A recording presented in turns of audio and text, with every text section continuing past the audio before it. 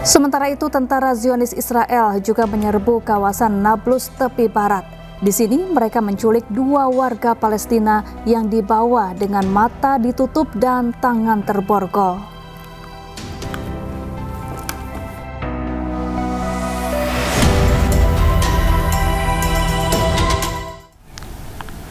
Kementerian Kesehatan Gaza telah menerima 45 jenazah warga Palestina yang sebelumnya ditahan Israel melalui Komite Internasional Palang Merah.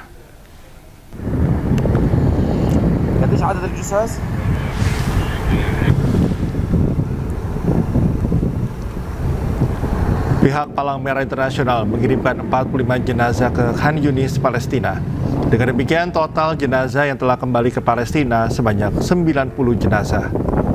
Pemulangan jenazah diangkut dengan kendaraan bulan sabit merah dari Israel menuju Rumah Sakit Nasser di Khan Yunis, Palestina. Tim forensik juga menambahkan bahwa kondisi para jenazah memprihatinkan dengan adanya tanda-tanda kekerasan.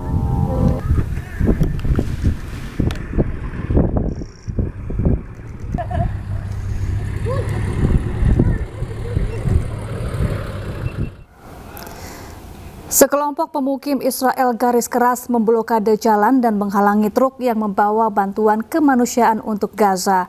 Aksi tersebut membuat truk bantuan terpaksa berhenti. חטופים חללים עדיין שם. אין שום סיבה בעולם שאנחנו נעביר סיוע לחמאס. זהו. אנחנו לא צריכים לקחת בזה חלק.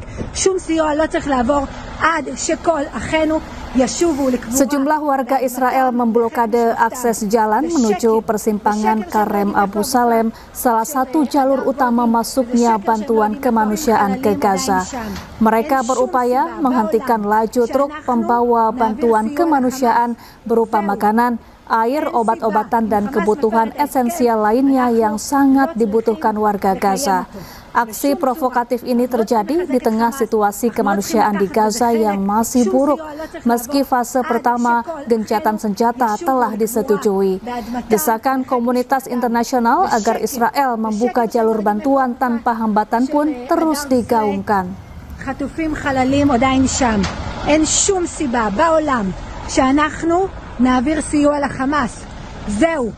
אנחנו לא צריכים לקחת בזה. Selama genosida oleh Zionis Israel, warga Gaza Palestina kerap mengkonsumsi air kotor dan kesulitan mengakses layanan sanitasi. Untuk itu, sebuah organisasi kemanusiaan asal Indonesia membuat sumur bor dan toilet bagi warga Gaza.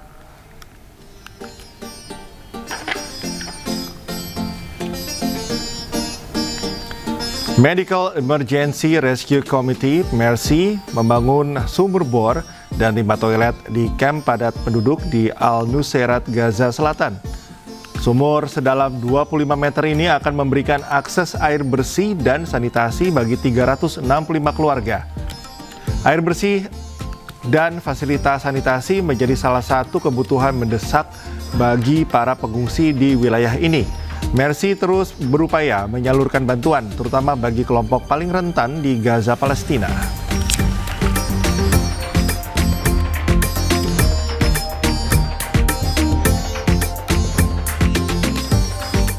Pemirsa, tak terima ditagih utang, seorang pria di Makassar, Sulawesi Selatan tega melukai temannya dengan busur panah. Korban menderita luka di bagian punggung, sementara pelaku berhasil ditangkap saat sedang tertidur pulas.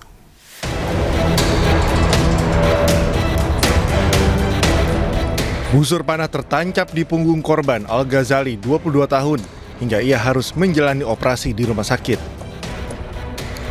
Tim Jatanras Polrestabes Makassar yang menerima laporan berhasil menangkap pelaku Ihsan, 23 tahun, di rumahnya di Kecamatan Bontoala, Makassar, Sulawesi Selatan. Penangkapan dilakukan saat pelaku tengah tertidur pulas, diwarnai isak tangis sang istri.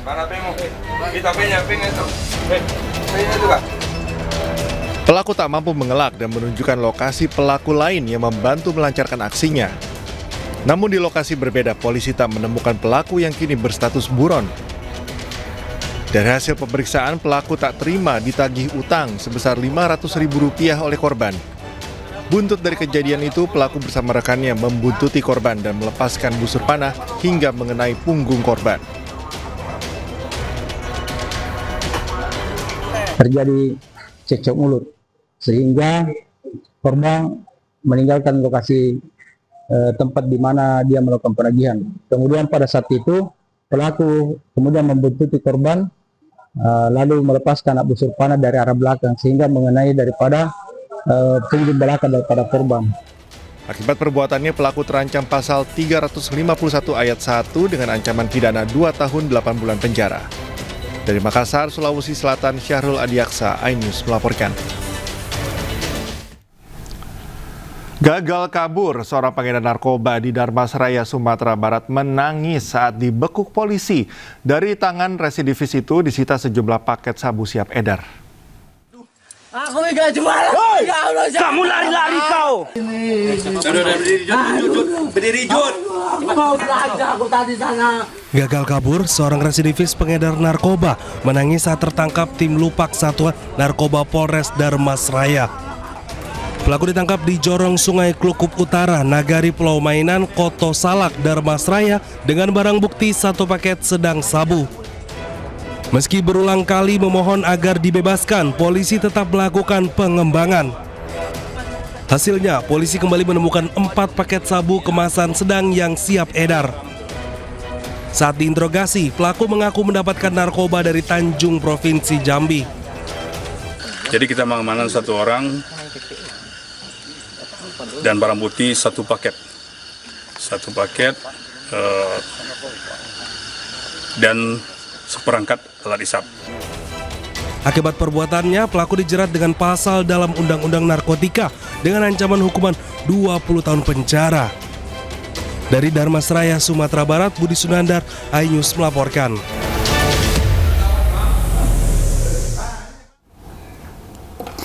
Pemirsa, penggerebekan pasangan suami istri bandar narkoba di Kabupaten Mesuji, Lampung berlangsung dramatis. Para pelaku berupaya kabur ke arah hutan. Cepat itu ke belakang itu tuh.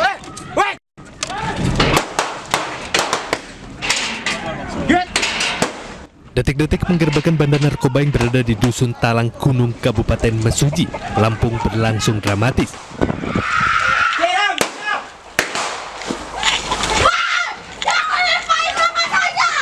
Terduga bandar narkoba melarikan diri ke arah hutan untuk menghindari penangkapan. Polisi terpaksa mengeluarkan tembakan peringatan ke udara untuk menghentikan upaya pelarian pelaku.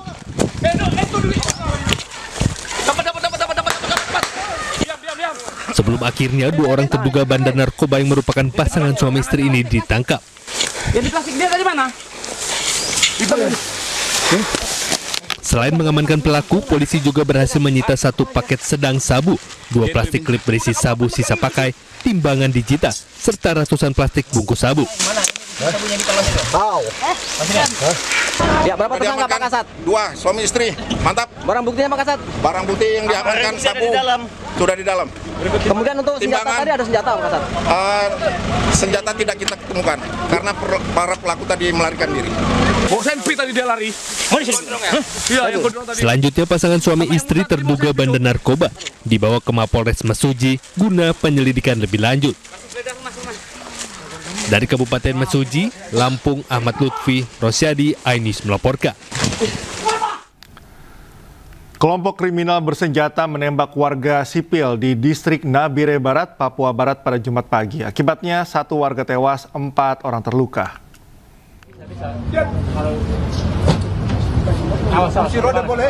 Kelompok kriminal bersenjata kembali berulah dengan melakukan penembakan terhadap warga sipil di Kali Semen, Wadio Atas, distrik Nabire Barat, Kabupaten Nabire, Papua Barat. Akibatnya 1 orang warga bernama Mas Turyadi tewas karena luka tembak di bagian belakang kepala kanan. Sementara 4 warga lainnya terluka terkena tembakan dan senjata tajam. Seluruh korban telah dievakuasi ke RSUD Nabire untuk mendapatkan penanganan medis lebih lanjut. Pelaku adalah kelompok kriminal bersenjata pimpinan Aibon Kogoya yang sebelumnya terpantau merencanakan aksi di jalur Trans Nabire Dogiai. Satgas Operasi Damai Karten bersama Polres Nabire telah merespon dan saat ini langsung melakukan pengejaran serta penyelidikan terhadap pelaku penembakan. Hingga saat ini, situasi di lokasi kejadian dilaporkan telah kondusif dan dalam pengendalian aparat. Satgas Gabungan TNI Polri masih terus melakukan penyisiran serta pengumpulan keterangan saksi untuk mengungkap jaringan pelaku dan motif dibalik aksi penembakan tersebut. Tim Liputan iNews melaporkan. Korban penculikan dan penyiksaan dengan modus jual beli mobil di Pondok Aren, Tangerang Selatan membeberkan kejadian yang mereka alami sejak 11 hingga 13 Oktober 2025. Sementara pihak kepolisian terus mengembangkan kasus terkait dugaan adanya praktik jual beli kendaraan ilegal. Dipukul, agak keras, agak kencang. Saya dipukulin. Dipukulin pakai apa? Pakai itu cambuk, Bang. Pakai cambuk ya? Kepala. Habis pakai kabel. Pakai kabel, apalagi? Selang, jejak dipukul ya, sobek patahnya juga. Itulah kesaksian para korban kasus penculikan dan penyiksaan yang terjadi di Pondok Aren, Tangerang Selatan, Banten. 5 korban diketahui disekap oleh 9 pelaku saat berjanjian untuk transaksi jual beli mobil. Berdatang. Satu korban yang merupakan istri dari salah satu korban berhasil menyelamatkan diri dan melaporkan kasus ke pihak kepolisian.